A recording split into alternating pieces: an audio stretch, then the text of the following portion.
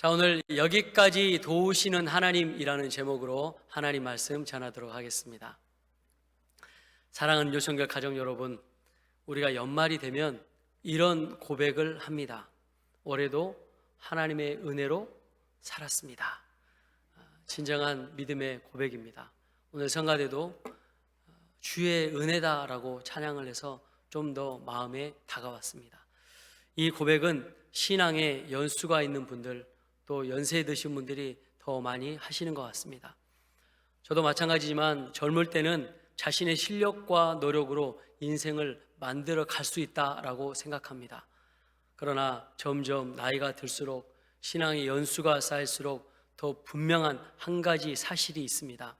인생은 하나님의 도움 없이는 한 걸음도 나아갈 수 없다는 것입니다.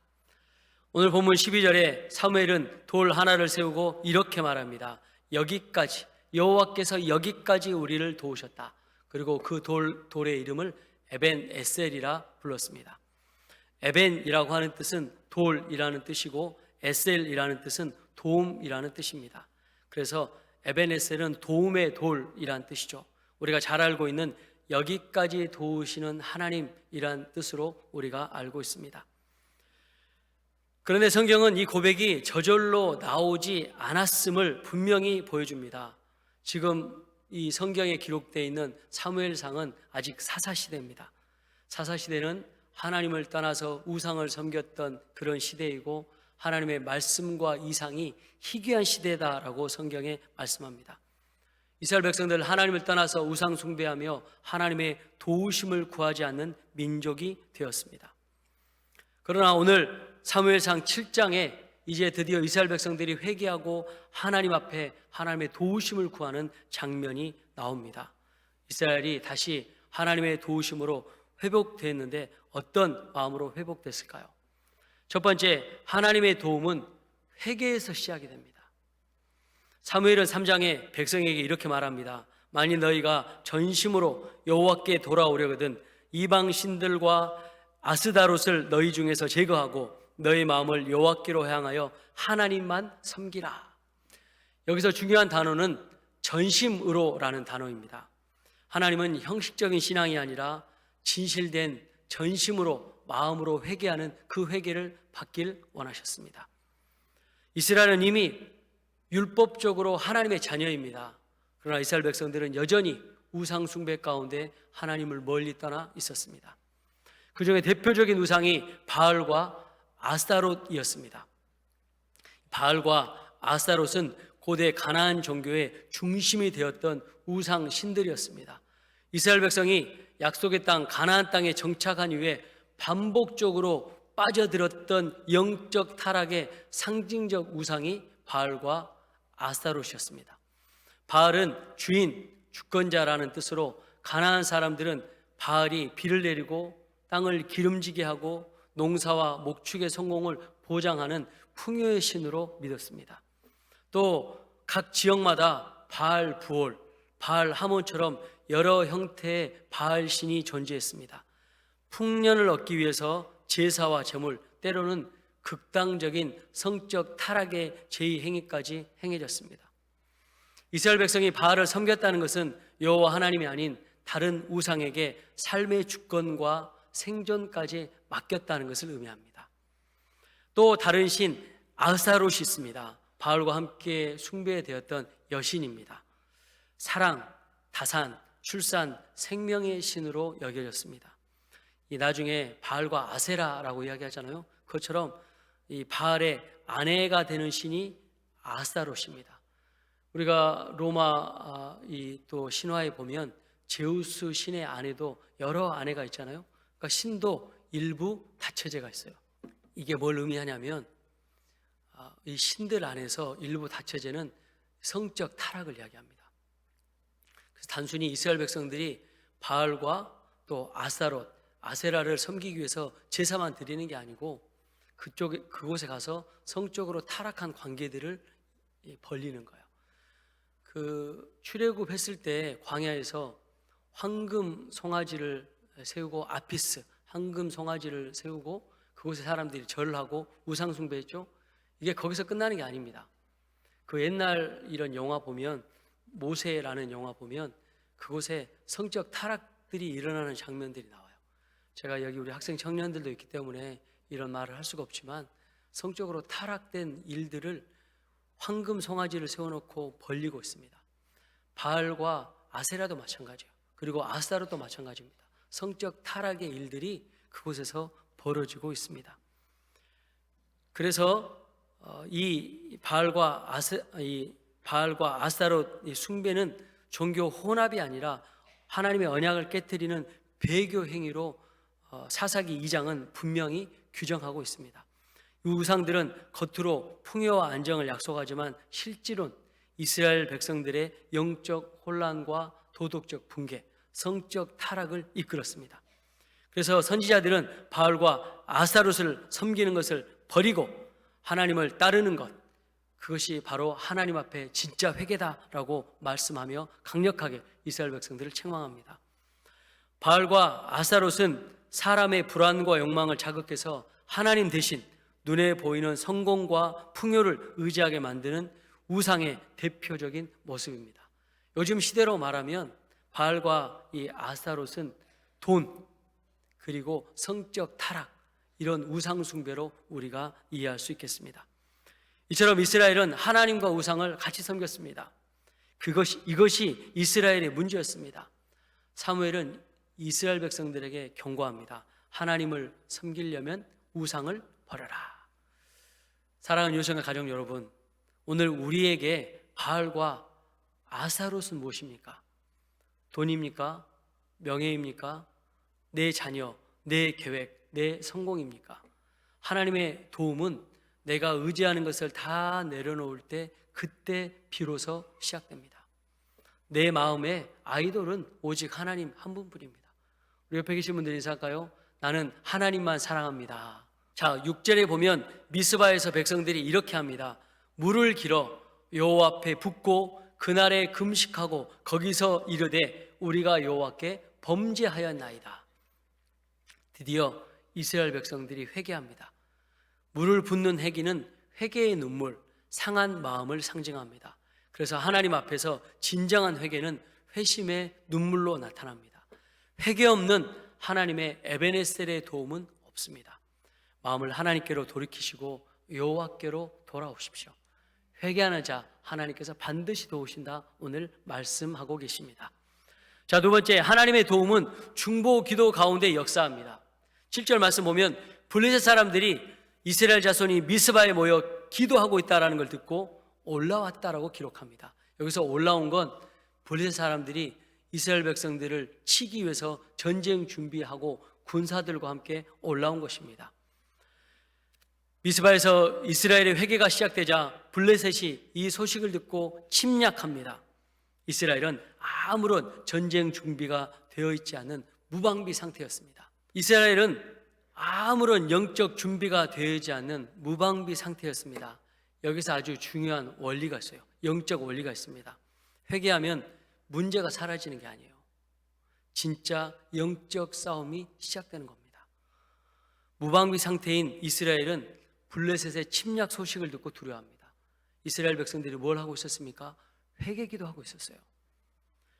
그래서 이스라엘 백성들이 사무엘에게 기도를 요청합니다. 우리 하나님 여호와께 쉬지 말고 우리를 위하여 부르짖어 기도하여 우리를 블레셋 사람의 손에서 구원하게 하소서. 이때 사무엘이 9절에 보면 젖 먹는 어린 양을 가져다가 온전한 번제를 여호와께 드리고 이스라엘을 위하여 여호와께 부르짖으며 여호와께서 응답하셨다라고 말씀합니다. 이스라엘은 전쟁에 참여할 때 창, 칼의 무기보다 기도를 먼저 시작했습니다.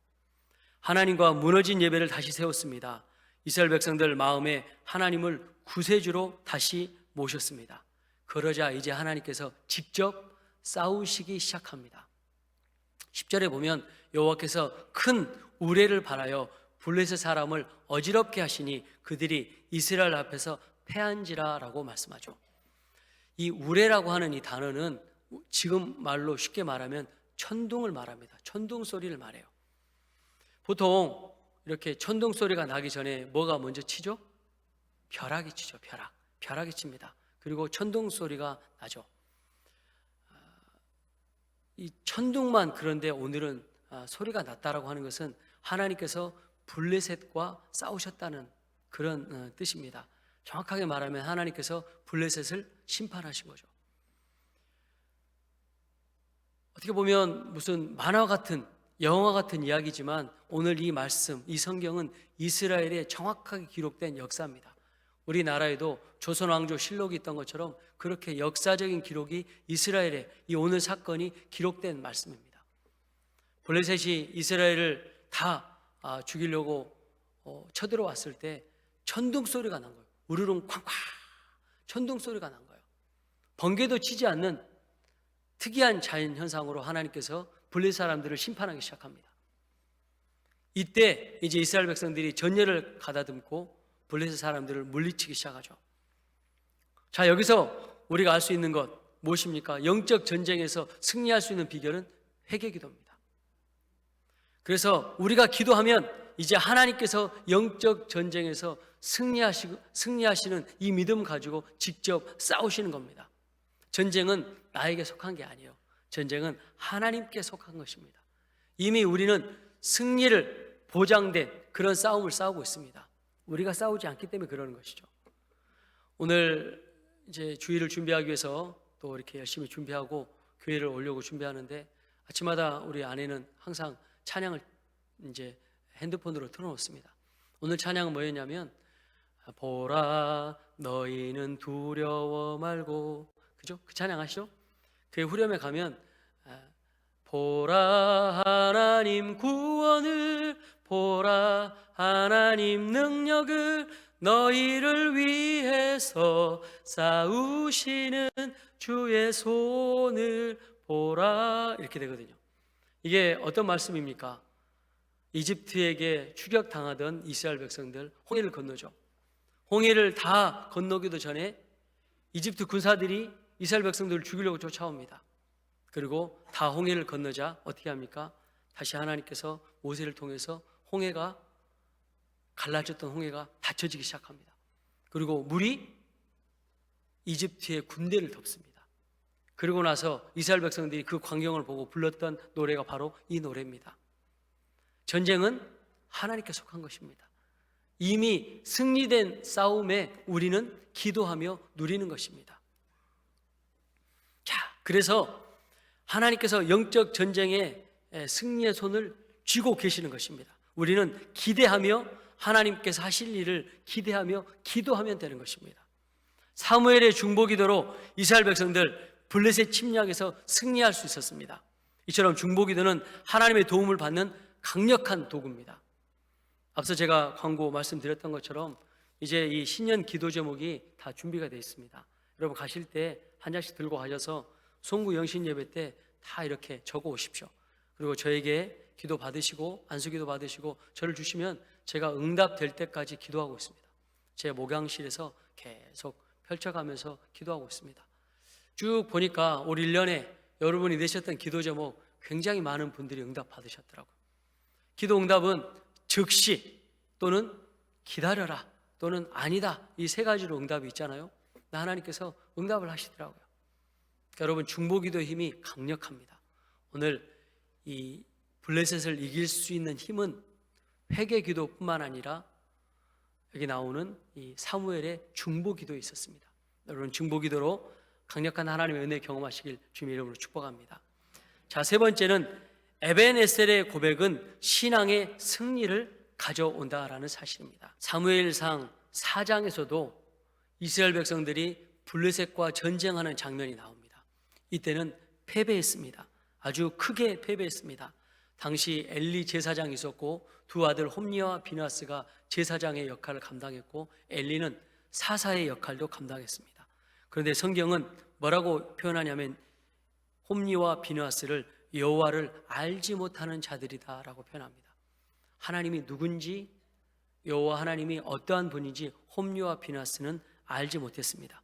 그래서 홈리와 비느하스는 제사 제물을 함부로 취하고 회막에서 봉사하는 여인들과 동침하는 죄악을 저질렀습니다. 하나님의 거룩함을 철저히 이들은 대제사장, 제사장으로서 무너뜨리며 살았습니다. 엘리 제사장 역시 아들들이 죄를 알고도 단호히 막지 못하고 책망하지 않았습니다. 제사장 가문 전체가 영적 책임을 상실한 상태에 빠졌어요. 자, 그 결과 이스라엘이 블레셋과의 전투를 사무엘상에서 벌였는데 첫 번째 전투에서는 패해서 4,000명의 군사를 잃습니다. 자, 이 정도 되면 엘리와 이스라엘 백성들이 미스바에 모여서 회개해야죠. 하나님 도와주세요. 우리가 우상 숭배하니까 이렇게 전쟁에서 패했습니다. 하나님, 우리가 마음을 여호와께로 돌이킵니다. 우리를 살려주세요. 이렇게 하는 게 맞습니다. 그런데 어떻게 합니까? 우리가 이길 수 있는 방법은 하나님의 언약궤를 전장으로 가져오는 거다. 전쟁터에 가져오는 거다. 이 언약궤가 우리를 지킬 것이다. 전쟁의 패배의 원인을 회개와 하나님 앞에 겸손함으로 찾지 않고 실로에 있는 하나님의 언약궤를 전쟁에 가져오면 승리할 수 있을 것이라 잘못된 생각을 합니다. 이것은 하나님의 언약궤를 하나님의 임재와 말씀의 상징이 아닌 승리를 보장하는 종교적 도구로 전락시킨 미신적인 행동입니다. 믿음이 없는 사람이 내 차에 성경책을 놓고 다니면 성경책이 내 차를 지켜줄 것이다, 이렇게 이야기하는 건 마치 성경책을 부적처럼 여긴 것과 똑같은 그런 상황입니다. 이스라엘 백성들 그렇게 지금 언약궤를 생각하고 있습니다. 언약궤가 진영 안에 들어오자 이스라엘 백성들 크게 환호합니다. 우리는 전쟁에 이겼구나. 우리에게는 언약궤가 있으니까. 하나님이 계신 것이 아니라 언약궤가 있으니까. 블레셋은 두려워합니다. 이스라엘의 기쁨은 참된 믿음에서 나온 것이 아니라 미신적 기대에 불과했습니다. 자, 블레셋이 4,000명을 먼저 이겼던 전투에서 블레셋 장군들이 다시 블레셋 사람들을 격려합니다. 너희는 산의 대장보다 우리가 이스라엘을 이길 수 있다. 결국 전투에서 이스라엘 백성들 3만 명이 죽는 전투로 두 번째 큰 패배가 일어납니다. 그리고 홈리와 비나스는 이 전쟁에서 전사합니다. 그리고 하나님의 언약궤는 블레셋에 빼앗깁니다.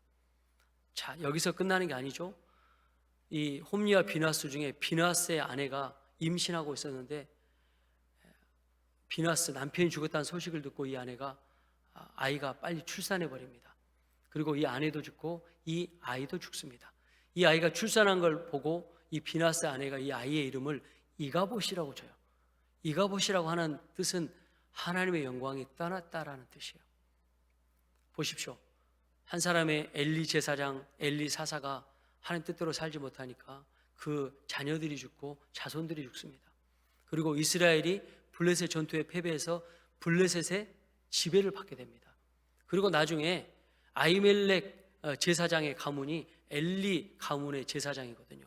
이 사람들이 사울 왕에 의해서 85명의 제사장이 죽고 그의 가족과 자녀 손들이 죽고 가축들이 다 사울 왕에 의해서 도륙을 당하는 일을 당하게 됩니다. 여러분, 한 사람이 얼마나 중요한지 아시겠죠? 가문의 아버지, 가문의 할아버지, 가문의 할머니, 어머니가 기도하는 게 얼마나 중요한지 우리가 알 수 있습니다. 자, 이 사건은 군사적인 패배가 아니라 하나님이 함께 계신다는 사실보다는 하나님을 어떻게 모시고 있느냐를 더 중요하게 여기신다는 분명한 하나님의 메시지가 담겨 있습니다. 거룩과 순종이 사라진 신앙은 언약궤를 가지고 있어도 패배할 수밖에 없고, 하나님은 형식적인 신앙이 아닌 회개와 진실한 마음을 찾으신다는 것을 강력하게 나타내는 말씀입니다. 그때는 하나님의 임재 없이 언약궤를 마치 부적처럼 사용했습니다. 자, 이제 사무엘상 7장에 보면 다시 블레셋과 전투가 벌어집니다. 그러나 이미 미스바에서 이스라엘 백성들은 여호와 하나님만 섬기기로 회개하고 하나님 앞에 섰습니다. 그리고 지금 사무엘에게 중보기도를 부탁하고 하나님 앞에 번제를 드렸습니다. 마음을 하나님께로 돌이켰습니다. 자, 그 전쟁의 결과가 어떻습니까? 말도 안 되는 천둥 소리를 통해서 블레셋이 혼비백산이 일어납니다. 그리고 이스라엘 군대가 전열을 가다듬고 다시 전쟁에서 블레셋을 몰아냅니다. 결국 하나님의 뜻대로 전쟁은 끝났고 이스라엘은 승리합니다. 그리고 사무엘이 돌을 취하다가 세웁니다. 사무엘이 돌을 취하여 미스바와 센 사이에 세워 이르되 여호와께서 여기까지 우리를 도우셨다고 그 이름을 에벤에셀이라 하니라. 이 에벤에셀은 승리의 기념비 정도가 아닙니다. 이 돌은 우리가 잘 싸웠다라는 우리의 전쟁의 승치에 만끽하는 기념비도 아닙니다. 하나님이 여기까지 도우셨다는 은혜의 증거입니다. 홈리와 비나스 그리고 사무엘, 같은 나라 같은 장소에서 다른 이 블레셋 민족과 싸웠는데 전혀 다른 결과가 나타났습니다. 죄를 지었을 때 회개하지 않는 결과는 심판이지만, 회개하는 사람은 하나님께서 에베네셀의 능력으로 지키고 보호하심을 정확하게 알 수 있습니다. 사무엘은 이스라엘 백성들을 잘 알고 있었어요. 사무엘이 전쟁에서 승리한 후 왜 에벤에셀이라고 하는 돌을 세웠을까요? 저를 포함해서 사람들은 은혜를 쉽게 잃어버리기 때문에 그렇습니다. 잊어버려요. 그래서 하나님의 은혜를 잊지 말라고 에벤에셀에 돌을 세운 것입니다. 우리도 하나님을 기억하지 않고 살면 어쩔 수 없이 무너질 때가 오게 됩니다. 위기 때는 기도하지만 평안할 때는 교만해지는 게 인지상정입니다. 그래서 하나님은 기도하는 사람을 에베네셀의 능력으로 지키시고 보호하십니다. 오늘 3000년이 지난 이 시간에도 우리가 에베네셀을 기억할 이유가 무엇입니까? 하나님을 의지하고 하나님을 사랑하고 우상 숭배하지 않기로 결정하고 결단하는 그 믿음이 우리에게도 필요하기 때문에 그렇습니다. 중국 선교사였던 허드슨 테일러가 중국의 내지 선교를 위해서 배를 타고 항해하던 중에 중국 연안에 거의 도착할 때쯤에 생명을 잃을 뻔한 사건이 있었습니다. 당시에 배가 이제 바람이 완전히 멈춘 상태에서 조류에 밀려 떠내려가고 있는 거예요. 이제 바로 눈앞에 이 항구가 보이는데 항구로 가지 않고 이 배가 조류에 떠밀려서 계속 암초로 가고 있는 겁니다. 바로 앞에는 날카로운 암초지대가 있었고 배가 암초에 부딪히면 침몰할 것이 확실했습니다. 배를 많이 몰아봤던 이 선원들은 이제 불안과 두려움에 휩싸입니다. 이 정도 조류면 배는 좌초될 수 있겠구나. 그래서 선장이 마지막 수단으로 구명정을 내려서 닻을 걸어보고자 했지만 문제는 밧줄이 너무나 짧았습니다. 이 방법 저 방법 다 써도 이제 방법이 없습니다. 계속 배는 암초 쪽으로 밀려가고 있었습니다. 그야말로 사람의 모든 방법이 끝나는 그 순간이었습니다. 그때 허드슨 테일러가 이제 우리가 할 수 있는 일은 한 가지밖에 없습니다. 기도합시다. 하나님께서 바람을 보내주셔야 합니다. 그러자 믿지 않는 선원들이 허드슨 테일러와 함께 다 같이 배 선상에서 기도하기 시작합니다. 어떻게 기도했을까요? 하나님 살려주세요. 하나님 도와주세요. 이렇게 기도하지 않았을까요? 무슨 화려한 미사 요구가 필요하겠습니까? 전지전능하시고 인간의 생사화복을 주장하시고 뭐 이렇게 기도했을까요? 하나님 살려주세요. 하나님 도와주세요. 그런데요, 그 간절함 그리고 회개하는 그 기도 하나님 들으셨어요. 갑자기 바다에 미풍이 불기 시작합니다. 그리고 그 바람은 배의 방향을 바꾸었습니다. 암초에서 항구 쪽으로 방향을 틀기 시작합니다. 바람의 방향이 틀기 시작합니다. 그리고 안전한 수역으로 빠져나와서 항구에 정박하게 됐습니다. 훗날 허드슨 테일러가 이 사건을 이렇게 회상합니다. 그날 나는 배 위에서 분명히 알았다. 하나님은 내가 중국에 가야 할 때까지 나를 데려가시지 않는다는 사실을. 에베네셀의 하나님이 허드슨 테일러를 지키시고 배에 탄 선원들을 지키신 것입니다. 사랑하는 요성결 가족 여러분, 우리 각자의 인생에도 에베네셀의 돌이 필요합니다.